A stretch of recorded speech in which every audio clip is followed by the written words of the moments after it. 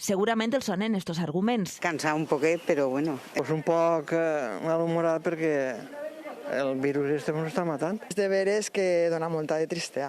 Ens ho han contat a Museros, però el patró es repeteix en cada poble, en cada ciutat. Molta gent amb angoixa, amb incertesa, amb desmotivació, que no han sabut afrontar-ho i és algo normal. És el pes emocional de la pandèmia que ha capgirat per complet el Nadal que coneixíem fins ara. S'ha trastocat i estem a soles. La solidaritat és molt mala per a la gent que viu a soles, el que passa que els meus fills venen a dinar tots els dies. En estos casos és millor posar en marxa l'estratègia de l'optimisme. L'optimista accepta la realitat i fa tot el possible per a canviar.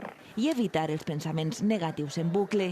El síndrome de la rotonda, que és quan ens ve un pensament negatiu i no n'hi ha manera i obsessiu. La soledat es combat amb comunicació. Mantindre el contacte a través de les noves tecnologies, el mòbil, escriure, expressar els sentiments i les emocions, és molt reparador. La nostàlgia amb la vivència plena del present. De forma conscient, és a dir, valorar xicotets moments. Actituds que poden contribuir a l'equilibri emocional més enllà dels daltabaixos de la pandèmia.